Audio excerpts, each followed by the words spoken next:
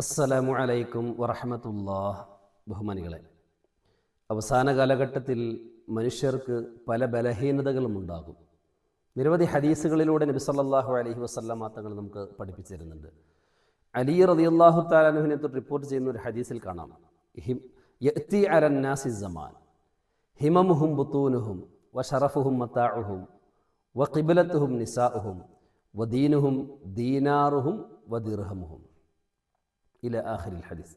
ബഹുമാനികളെ, ഈ ഹദീസിൽ നബി സല്ലല്ലാഹു അലൈഹി വസല്ലമ തങ്ങൾ പറയുകയാണ്, ജനങ്ങൾക്കൊരു കാലഘട്ടം വരാനുണ്ട്.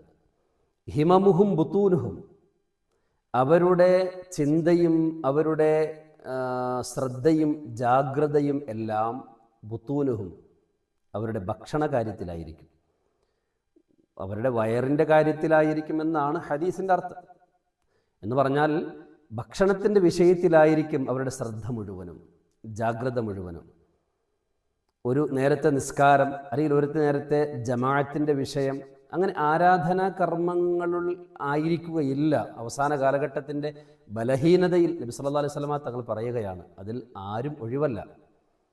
രണ്ടാമതായി നബി സല്ലല്ലാഹു അലൈഹി വസല്ലമ തങ്ങൾ പറയാൻ, ശറഫുഹും മതാഉഹും, അവർ മഹത്വത്തെ അളക്കുന്നതിൻ്റെ മാനദണ്ഡം മതാഉഹും, അവരുടെ വിഭവങ്ങൾക്കനുസരിച്ചാണ്.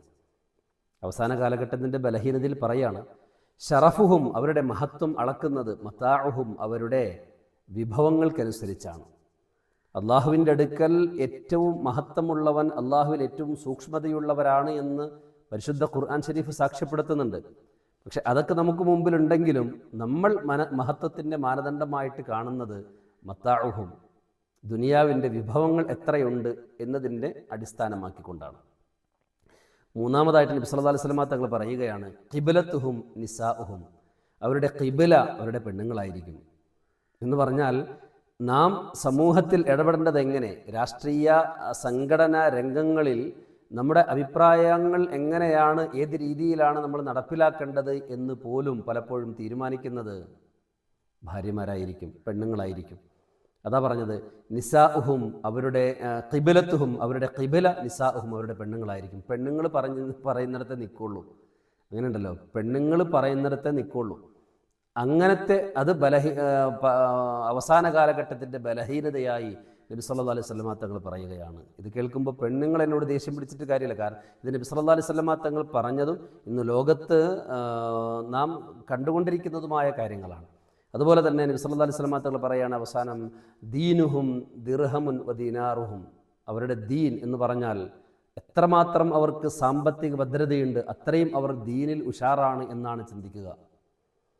അങ്ങനെയായിട്ടാണ് കണക്കാക്കപ്പെടുക. എന്ന് പറഞ്ഞാൽ ദീനിൻ്റെ സ്ഥാനങ്ങളിൽ, ദീനിൻ്റെ എല്ലാ മേഖലകളും കൈകാര്യം ചെയ്യാൻ സമ്പത്തുള്ളവർക്കാണത് കഴിയുക എന്നൊരവസ്ഥയിലേക്ക് എത്തും എന്നുള്ളതാണ്.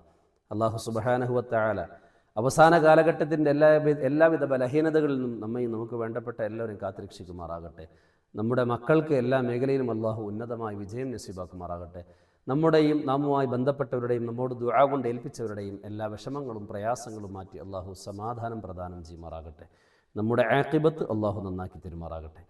നമ്മിൽ നിന്നും മൺമറഞ്ഞവർക്ക് അല്ലാഹു മഗ്ഫിറത്തും റഹ്മത്തും നൽകുമാറാകട്ടെ.